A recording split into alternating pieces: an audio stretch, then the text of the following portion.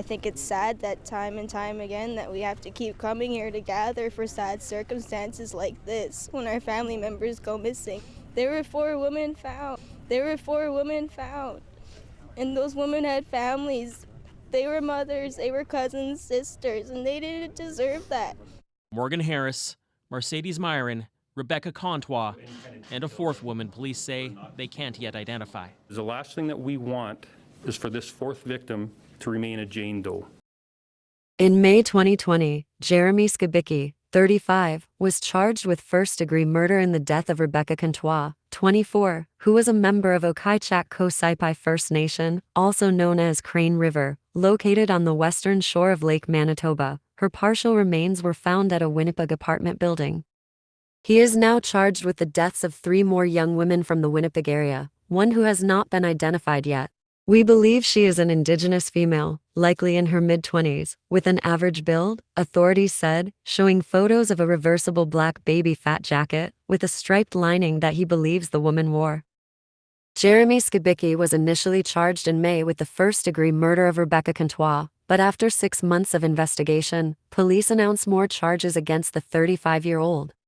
Police say DNA evidence links Skibicki to the deaths of Harris, Myron, and the unknown woman, all killed between March and May. News also reported in May 2020 that Mr. Skibicki's now ex-wife was granted a protection order against him in 2019. A justice of the peace ruled that his behavior constituted threatening conduct under the Domestic Violence and Stalking Act. Mr. Skibicki was charged with assault against his ex-wife. Today, the deaths of Morgan Harris, 39, Mercedes Myron, 26, and Buffalo Woman has shaken the Winnipeg community, and they are angry.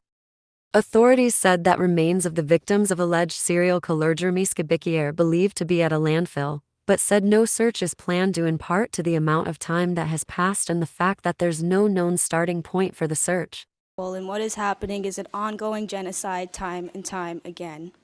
The government constantly, and the system that was put in place that was meant to protect and harm, or protect these women from harm, completely fails them time and time again, miserably. Last night, I sat down with members of the Winnipeg Police Service, and I feel very wrong, and I am so heartbroken to be able to say this. And it shouldn't be me saying this, but there has been some misinformation going around the public saying that these women are at Brady landfill, and that's incorrect. They believe that these 3 women, Morgan Harris, Mercedes Myron, and Buffalo Woman, which I find so beautiful that the elders gave her a name, they believe that they are in the Prairie Green landfill, and the police won't do anything, and they say that they can't search because it's not feasible. Is human life not feasible? Time and time again, our Indigenous women and brothers and sisters have to come here, and we have to shout, and we have to raise our voices begging for change and begging for justice for our people. And that is wrong. I should not have to stand here today, and I should not have to come here and be so mad and beg so that you will find and bring our loved ones home.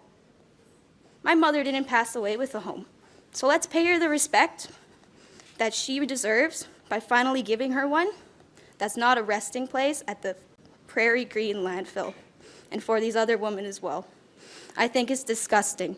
The police are trying to cover themselves because they know that they fail our women time and time again, and it needs to stop.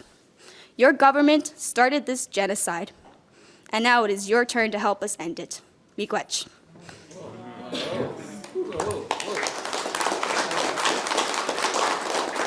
Others want to see this treated as a hate crime, saying the problem of targeted violence is bigger than one man. It hasn't made the city any safer by him being off the street, because women have still gone missing and murdered since the time he's been incarcerated. Jeremy Anthony Michael Skibicki faces 4 counts of first-degree murder.